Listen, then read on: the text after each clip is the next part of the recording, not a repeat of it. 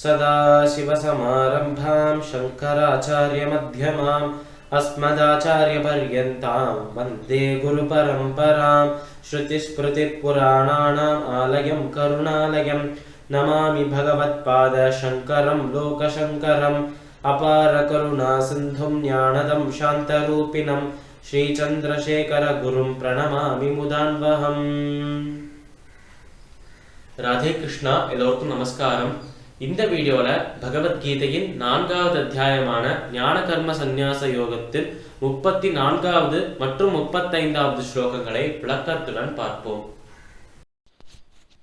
தத்வித்தி பிரணிபாதேன பரிப்ரஷ்னேன சேவயா உபதேக்ஷ்யந்தி தே ஞானம் ஞானினஹ தத்வதர்ஷினஹ. இந்த ஸ்லோகம் ஸ்ரீமத் பகவத்கீதையின் 4வது அத்தியாயமான ஞான கர்ம சந்நியாச யோகத்தில் 34வது ஸ்லோகம். இந்த ஸ்லோகத்தில் நம்ம கிருஷ்ணர் போன ஸ்லோகத்தில் அவர் என்ன சொன்னார்? இந்த மாதிரி ஒரு ஞானம் தான் கர்மாவை அந்த திரவிய யஜ்ஞத்தை விட சிறந்தது என்று சொன்னார். இப்படி ஞானம் திரவிய யஜ்ஞத்தை விட சிறந்தது என்று சொல்வதற்கான விளக்கத்தையும் அவர் அளித்தார். அனைத்து கர்மாக்களும் அனைத்து கடமைகளும் ஞானத்தில் நிறைவு பெறுகின்றன, அதாவது அனைத்து கடமைகளின் பலனாக நமக்கு பிரம்ம ஞானம் கிடைக்கிறது என்றும் சொன்னார். இப்பேற்பட்ட இந்த ஞானத்தை நம்ம யாரிடமிருந்து பெற வேண்டும்? இந்த ஒரு ஞானம் எங்கேருந்து நமக்கு கிடைக்கும்? இதை எங்கேருந்து நம்ம எடுப்பது, எங்கேருந்து நம்ம பெற்றுக்கொள்வது என்பதற்கான விளக்கத்தை இந்த ஸ்லோகத்தில் நம்ம சொல்ற கிருஷ்ணர். அப்ப அவர் சொல்ற விஷயம் என்ன என்றால், தத்வித்தி பிரணிபாதேன பரிப்ரஷ்டேன சேவையா உபதேக்ஷந்தி தே ஞானம் ஞானினஹ தத்வதர்ஷினஹ. ஒரு சரியான ஒரு குரு கிட்ட போயிட்டு, ஒரு ஆச்சாரியன் கிட்ட போயிட்டு தான் இந்த ஞானத்தை பெற்றுக்கொள்ள வேண்டும் என்று கிருஷ்ணர் சொல்றார். ஒரு குருவின் கருணை இல்லாமல், இந்த குருவின் அருள் இல்லாமல், ஆச்சாரியனின் அருள் இல்லாமல் நாம் இந்த ஞானத்தை பெற முடியாது என்று சொல்றார் கிருஷ்ணர். அநேகமான புத்தகங்கள் இருக்கு. அந்த மாதிரி நம்ம நெட்டிலையும் நிறைய வந்துட்டு இருக்கு, நிறைய ஞானம் தரக்கூடிய விஷயங்கள் வந்துட்டு இருக்கு. இப்ப நெட்டில் வரதாக இருக்கட்டும், புஸ்தகங்கள் வரதாக இருக்கட்டும், இல்ல பிற பேர் நம்மளோட வயசுலயே இருக்கும் பல பேர் நம்ம கிட்ட, நம்ம நண்பர்கள், நம்மளோட உற்றார் உறவினர்கள் எல்லாமே சொல்றா. இந்த மாதிரி வர ஞானங்களை விட ஒரு சரியான ஒரு ஆச்சாரியன் கிட்ட இருந்து, ஒரு குரு கிட்ட இருந்து வர ஞானம் தான் உயர்ந்தது. அப்பேற்பட்ட அந்த ஞானம் தான் நமக்கு மோட்சத்தை அளிக்கும் என்று சொல்லி அந்த ஞானத்தின் மகிமையும் சொல்றார் நம்ம கிருஷ்ணர். மோட்சம் பெற முடியும் என்று ஞானத்தின் மகிமையும் சொல்றார். அதே நேரத்தில் இந்த ஞானத்தை நமக்கு அளிக்கக்கூடிய வல்லமை படைத்த குருவின் மகிமையும் சொல்றார் நம்மளோட கிருஷ்ணர். அதாவது ஒரே ஸ்லோகத்தில் ஞானத்தின் மகிமை, குருவின் மகிமை ரெண்டுத்தையுமே சொல்றார் நம்மளோட கிருஷ்ணர். அப்ப இந்த குரு கிட்ட இருந்து இந்த ஞானத்தை எப்படி பெற வேண்டும், எங்கேருந்து பெற வேண்டும் என்றால் குருவிடமிருந்து பெற வேண்டும் என்று சொல்றோம். இப்ப இந்த குருவிடமிருந்து எப்படி பெற வேண்டும் என்பதற்கான அந்த ஹவு என்கிற கொஸ்டினுக்கான ஆன்சரை சொல்றார் கிருஷ்ணர். 3 விஷயங்களை சொல்றார் அவர். தத்வித்தி பிரணிபாதேன பரிப்ரஷ்னேன சேவையா. அதாவது இந்த ஞானத்தை நாம் பெற வேண்டும். எப்படி பெற வேண்டும்? தத்வித்தி பிரணிபாதேன, அந்த குருவின் அந்த திருப்பாதங்கள்ல, அந்த குருவின் பாதங்கள்ல சாஷ்டாங்கமாக நம்ம நமஸ்காரம் செய்ய வேண்டும் என்று சொல்றார் நம்மளோட கிருஷ்ணர்.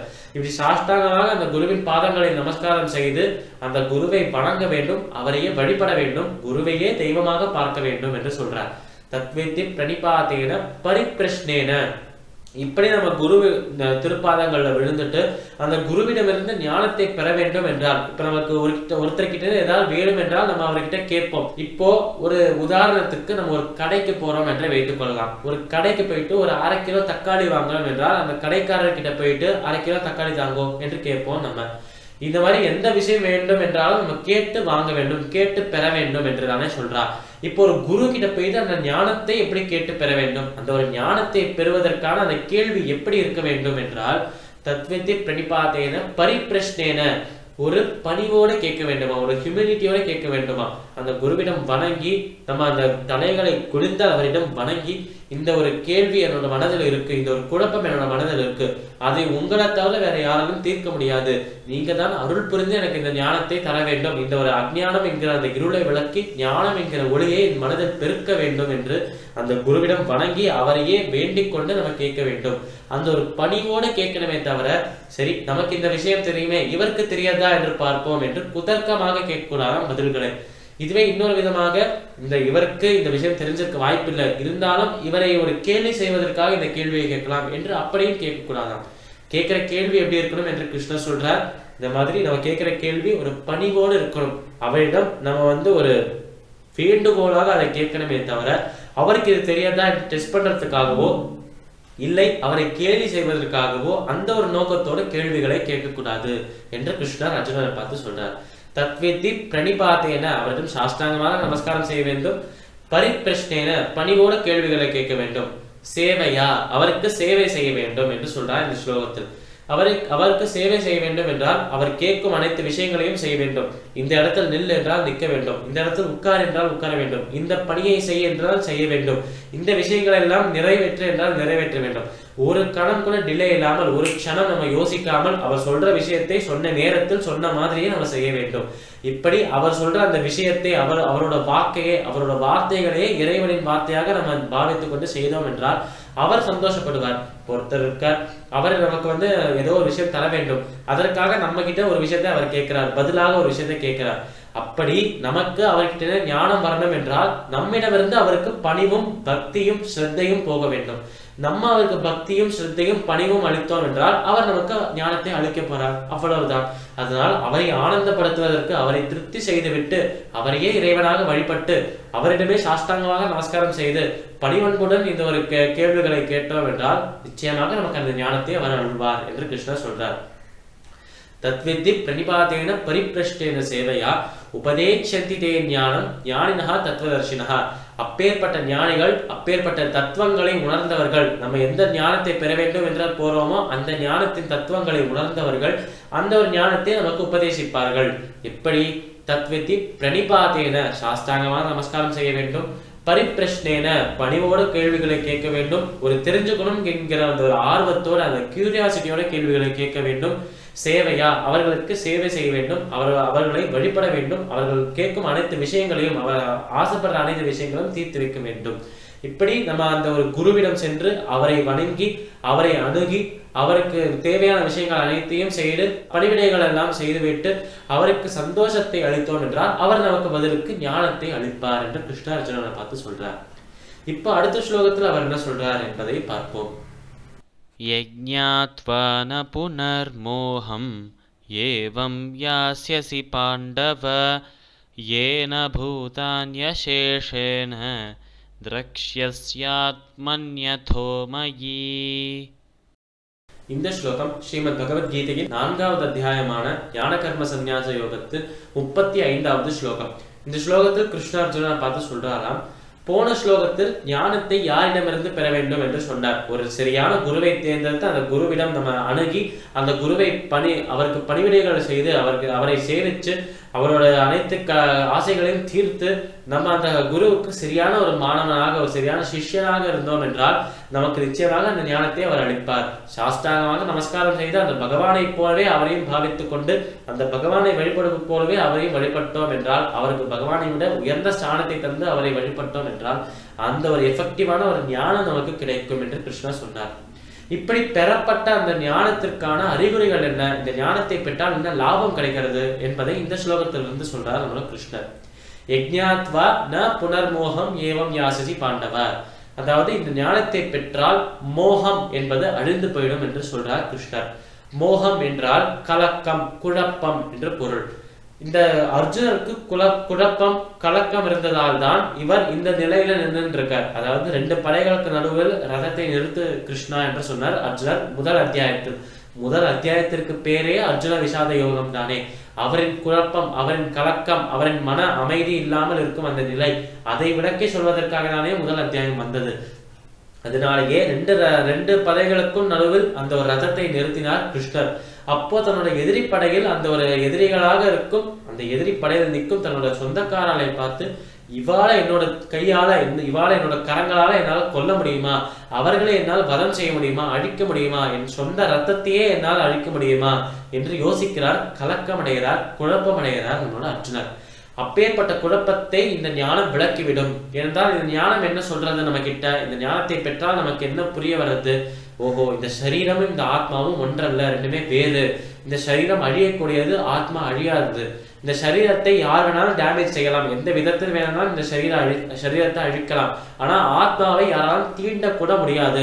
இந்த ஆத்மா அவ்வளவு சுத்தமானது. இந்த ஆத்மாவுக்கும் இந்த ஆத்மா மேல கர்மா என்கிற பாரம் வந்துடுது என்றால் ஆத்மா பகவானை சென்று அடைய முடியாது.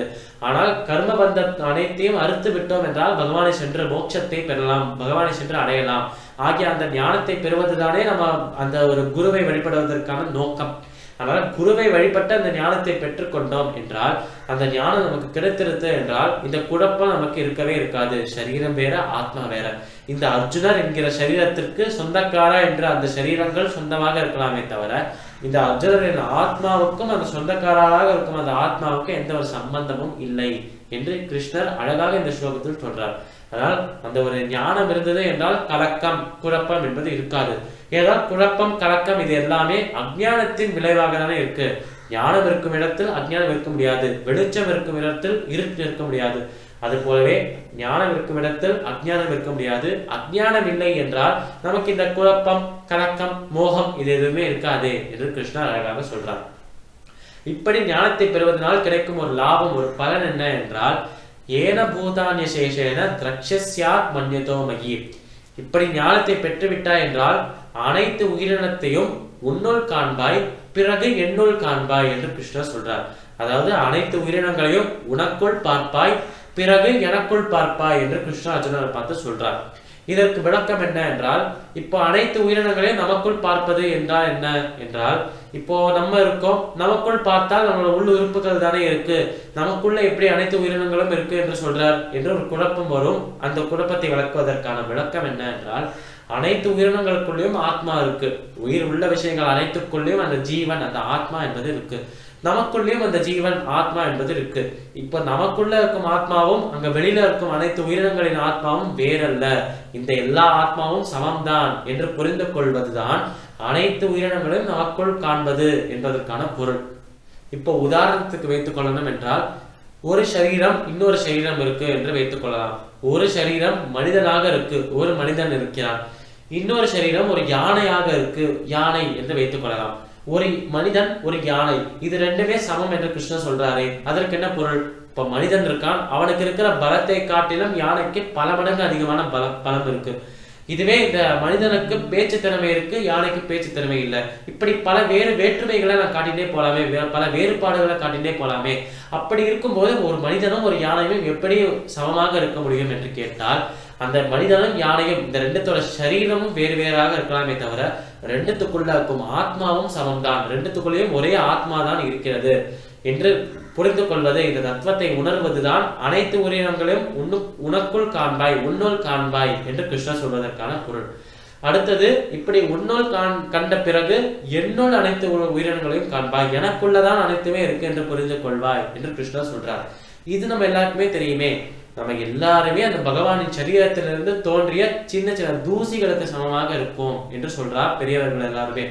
அப்படி பகவானின் அந்த உடல்லேருந்து, பகவானின் அந்த சரீரத்திலேருந்து தோன்றிய தூசிகளாக இருக்கும் நாமே இவ்வளவு சாதனைகளை, இவ்வளவு விஷயங்களை செஞ்சுட்டு வரோம், இவ்வளவு ஞானம் உடையவர்களாக இருக்கும்.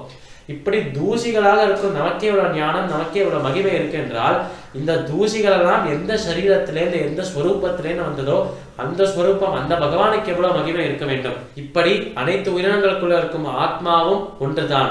அனைத்து உயிரினங்களுக்குள்ள இருக்கிற ஆத்மாக்கள் அனைத்துமே பகவானின் ஒரு பாகமாக தான் இருக்கு. அப்படி இருக்கும் இந்த ஆத்மாவும் அந்த பரமாத்மாவும் வேறல்ல, ஒன்றுதான் என்று புரிந்து கொள்ளும் அந்த தத்துவம் இருக்கே, அதுதான் ஞானம். அந்த ஞானத்தை பெற்றுக்கொண்டால் இந்த மோகம் போகும் என்று கிருஷ்ணர் சொல்றார் இந்த ஸ்லோகத்தில். அப்பேற்பட்ட ஞானத்தை பெற்றுக்கொண்டோம் என்றால் நமக்கு மோட்சம் என்பதும் நிச்சயமாக கிடைக்கும் என்று கிருஷ்ணர் சொல்றார். பகவத்கீதையின் 4வது அத்தியாயமான ஞான கர்ம சந்நியாச யோகத்தின் 34வது மற்றும் 35வது ஸ்லோகங்களின் விளக்கம் இதுவே. சமஸ்த லோகாஹ சுகினோ பவந்து. சர்வம் ஸ்ரீ கிருஷ்ணார்ப்பணமஸ்து.